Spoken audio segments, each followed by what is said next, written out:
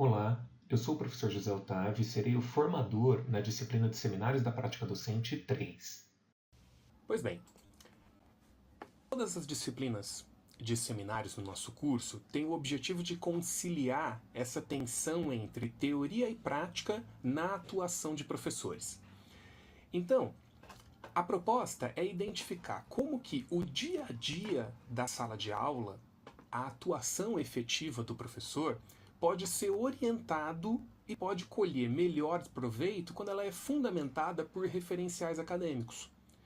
Então a gente vai tratar sempre de temas ligados à atuação prática, a organização da aula, a definição dos objetivos, as escolhas que o professor faz e a postura como ele desempenha a sua aula, desempenha o seu planejamento.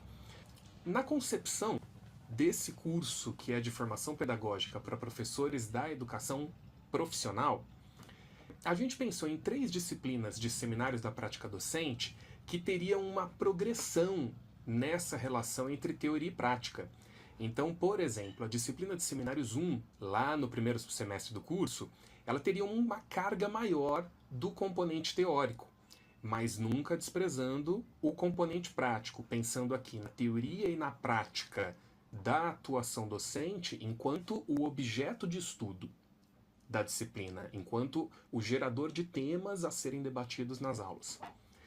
Essa linha deveria progredir até chegar nos seminários 3, tendo uma maior ênfase sobre o componente prático. Então, essas disciplinas elas prevêem uma continuidade, mas também uma progressão, uma relação de aprofundamento. Para ilustrar isso que eu quero dizer, vou fazer uma relação com seminários 2, que vocês tiveram com a professora Dariane no semestre passado. No conteúdo de Seminários 2, foi bastante frisado a relação hierárquica que existe entre o projeto político-pedagógico de uma instituição, as ementas de cada disciplina, que são subordinadas ao PPP, que devem ser elaboradas de maneira a alcançar o objetivo formativo maior com o qual a escola se compromete no PPP. E, por sua vez, os planos de aula de cada uma dessas disciplinas, o plano para cada aula deve ser elaborado de maneira a atender a proposta da ementa.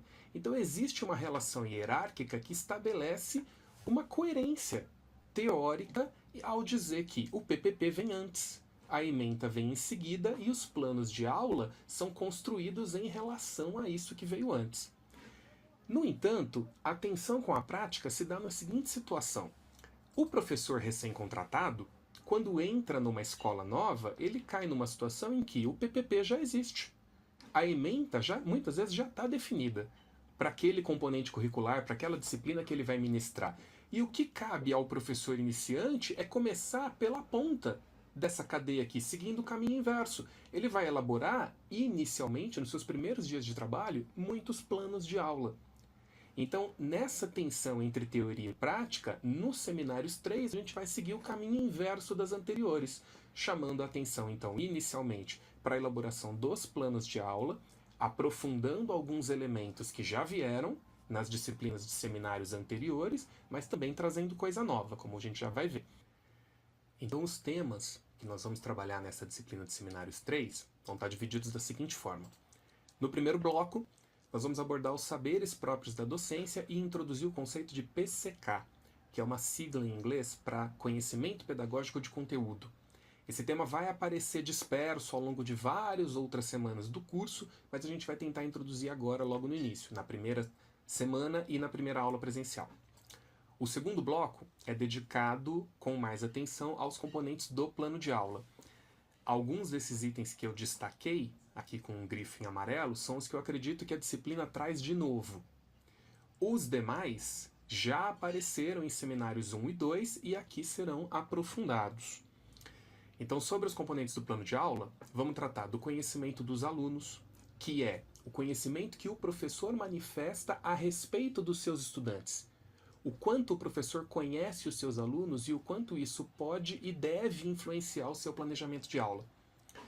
Vamos abordar também, de maneira um pouco mais aprofundada, a taxonomia de conteúdos, tratar de estratégias de abordagem para repensar estratégias antigas, tradicionais, como a aula expositiva e os seminários. Vamos introduzir referencial teórico para tratar do uso de analogias no ensino e discutir o papel da avaliação. O terceiro bloco do curso mantém o resgate e o aprofundamento de temas já vistos. A nossa contribuição vai ser propor referenciais para organização do ensino por meio de projetos, como uma estratégia para incentivar práticas interdisciplinares e metodologias ativas de aprendizagem. Se vocês me permitem fechar essa apresentação com uma provocação, eu vou deixar essa aqui. Qualquer um pode atuar como professor? Ou será que a docência exige saberes especializados? Só para traçar um paralelo, vamos considerar o seguinte: a atuação do médico ou a do arquiteto, do engenheiro civil, por exemplo.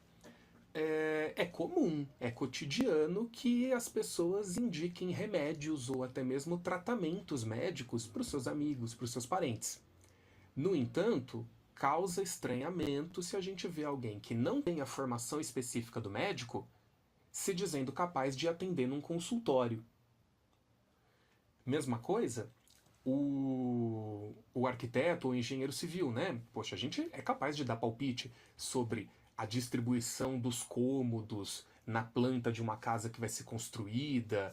A gente é capaz de dar palpites até de caráter estrutural do que é necessário, de inclinações, de virar as janelas para o norte. No entanto, para registrar um projeto na prefeitura, é preciso uma formação específica. É esperado dessa pessoa uma competência especializada, uma competência específica. Mas e do professor? Será que qualquer um pode atuar como professor? Ou, para estar dentro da sala de aula, para ser responsável por uma turma, para coordenar o avanço de uma turma no contato com uma disciplina ao longo de um ano inteiro, basta ter boa vontade? Se é necessário um conhecimento especializado, que tipo de conhecimento é esse? E como o professor adquire esse conhecimento especializado? A gente vai voltar nessa questão ao longo da primeira aula, ao longo do curso todo e principalmente no primeiro encontro presencial. Espero que seja uma disciplina produtiva para todos. Um abraço e até a próxima.